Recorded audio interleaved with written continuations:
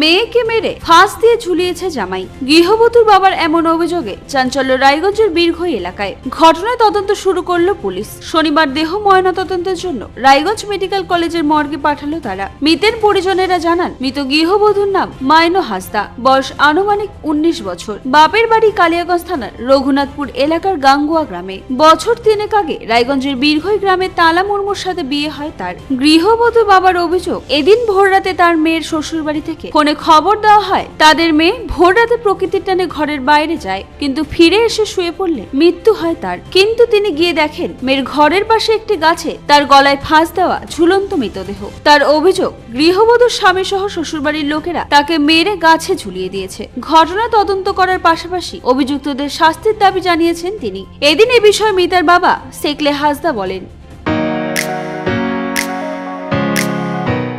রায়গঞ্জের নিশীথ সরণিতেই মিলছে ফ্যাশনের সেরা কালেকশন। রায়গঞ্জবাসীর জন্য একদম পকেট ফ্রেন্ডলি দামে এখন ট্রেন্ডি পোশাক থেকে শুরু করে এথনিক কালেকশন সব একসাথে। হ্যাঁ, আমরা বলছি আজকালের কথা। এখানে মিলছে এক ছাদের নিচে পরিবারের সবার জন্য পোশাক, মহিলা, পুরুষ আর শিশুদের জন্য অসাধারণ কালেকশন। মহিলাদের জন্য মন কাড়া শাড়ি, ব্লাউজ আর এথনিক কালেকশন। পুরুষদের জন্য ফর্মাল ও ক্যাজুয়াল ট্রেন্ডি পোশাক। শিশুদের জন্য রঙিন, আরামদায়ক ও ফ্যাশনেবল পোশাক, যা ছোটদের মুখে হাসি ফোটাবে। শুধু বৈচিত্র্যময় কালেকশন নয়, এখানে দামের সঙ্গেও পাওয়া যায় নিশ্চয়তা। সাশ্রয়ী দামে গুণমানে সেরা পোশাক পাওয়ার জন্যই আজকাল রায়গঞ্জের মানুষের আস্থার জায়গা দখল করেছে। ঠিকানা নিশীথ সরণি রোড, মোহনবাতি সংলগ্ন, রায়গঞ্জ, উত্তর দিনাজপুর। তাই আর দেরি কেন? আপনার এবং আপনার পরিবারের ফ্যাশনের সেরা গন্তব্যে একবার ঘুরে আসুন। আজকাল আপনার ফ্যাশন, আপনার ঠিকানা।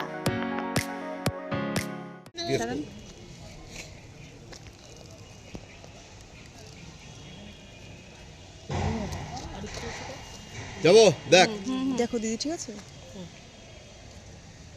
আপনার নাম কি? সেকলে হাসদা। কি? সেকলে হাসদা। আচ্ছা, কি কোথায় বাড়ি আপনার? আমার বাড়ি ঘাটি শাল পৌঁছে সাহেবাটার ওখানে। আচ্ছা, কে মারা গেছে? কে? আমার মেয়ে। তার বাড়ি কোথায়? বাড়ি ছিল বীরঘই। আচ্ছা, কি হয়েছে, কিভাবে মারা গেছে, কি ঘটনা, কি অভিযোগ আপনার? অবজেকশনটা রাতে 3টার সময় যখন আমি খবর পেলাম, আমার কাছে ফোন গেল, বিআই ফোন করেছিল। বলছে যে রাত 3টার সময় তোমার মেয়ে উঠে পেশাব করতে গেল, যাওয়ার পরে আসে বিছনায় বলে শুয়ে মারা গেছে। সকালে খবরটা শুনে এখানে আসলাম। এখানে আসে দেখি যে ও ফাঁসির ইয়েতে গাছে ঝুলতেছে। আচ্ছা, আপনাকে ফোনে বললো বিছানায় শুয়ে মারা গেছে? হ্যাঁ। আর এসে আপনি দেখলেন কাগজপত্রে ফাঁসিতে ঝুলে আছে? হ্যাঁ। তাহলে আপনার অভিযোগটা কি? আমার অভিযোগটা, আমার মেয়েকে মারটা দিয়ে মারে ফেলে তারপরে ওই ঝুলিয়ে দিয়েছে। আচ্ছা, আমার অভিযোগ এটাই। বীরঘইতে বাড়ি? হ্যাঁ, বীরঘইতে বাড়ি। তো কি চাচ্ছেন আপনি? থানায় অভিযোগ করেছেন? হ্যাঁ, থানায় করেছি। কি চাচ্ছেন? তোর শাস্তি হোক। যে অন্যায়ভাবে আমার মেয়েকে মারা ফেললো, ও তো কোনোদিনও বললো না যে বাবা শ্বশুর তোমার মেয়ে অন্যায় করছে, এটাও জানালো না। আপনার জামাই কি করতেন, কি নাম? জামাইয়ের নাম হচ্ছে ও তালার করে বলে, ওকে তালা। তালা কি? মুর্মু বোধ হয়। তালা মুর্মু। কত বছর হলো বিয়ে হয়েছে?